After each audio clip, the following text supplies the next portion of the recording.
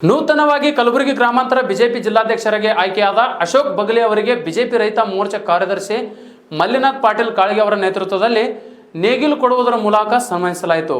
ಈ ಸಂದರ್ಭದಲ್ಲಿ ಬಿಜೆಪಿ ಹಿರಿಯ ಮುಖಂಡ ಬಸವರಾಜ್ ಪಾಟೀಲ್, ರಾಣೋಜೆ ದೊಡ್ಡಮನಿ, ಅಶೋಕ್ ಪಾಟೀಲ್ ಗೌನಹಳ್ಳಿ, ಧರ್ಮಣ್ಣ ಇಟಗ, ಶಿವಮೂರ್ತ ಹಿರೇಮಠ ಹಾಗೂ ಪಕ್ಷದ ಕಾರ್ಯಕರ್ತರು ಉಪಸ್ಥಿತರಿದ್ದರು।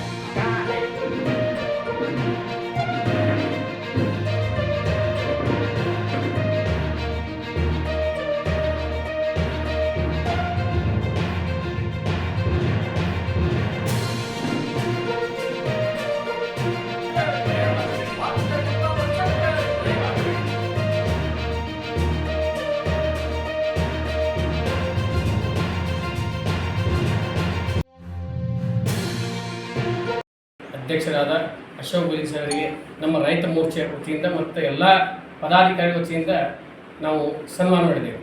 ಇವತ್ತು ಅವರು ಜಿಲ್ಲಾ ಅಧ್ಯಕ್ಷ ಆಗಿದ್ದ ನಮ್ಮೆಲ್ಲ ಗುಲ್ಬರ್ಗ ಜಿಲ್ಲೆ ಭಾಳ ಸಂತೋಷ ಆಗ್ಯದ। ಯಾಕಂದ್ರೆ ಇವತ್ತು ಪಾರ್ಟಿ ಏನಪ್ಪ ಅಂದ್ರೆ ದೊಡ್ಡ ದೊಡ್ಡ ಅಂಥವ್ರಿಂದ ಭಾಳ ರೊಕ್ಕ ಇದ್ದರೆ ಕೊಡ್ತಿದ್ರು, ಆದರೆ ಇವತ್ತು ಗುರುತಿಸಿ ಇವತ್ತು ನಮ್ಮ ಬಗಲಿ ಸಾಹೇಬ್ ಕೊಟ್ಟರೆ ನಮಗೆಲ್ಲರಿಗೆ ಆನಂದ ನಮ್ಮದು ಅಭಿನಂದನೆಗಳು।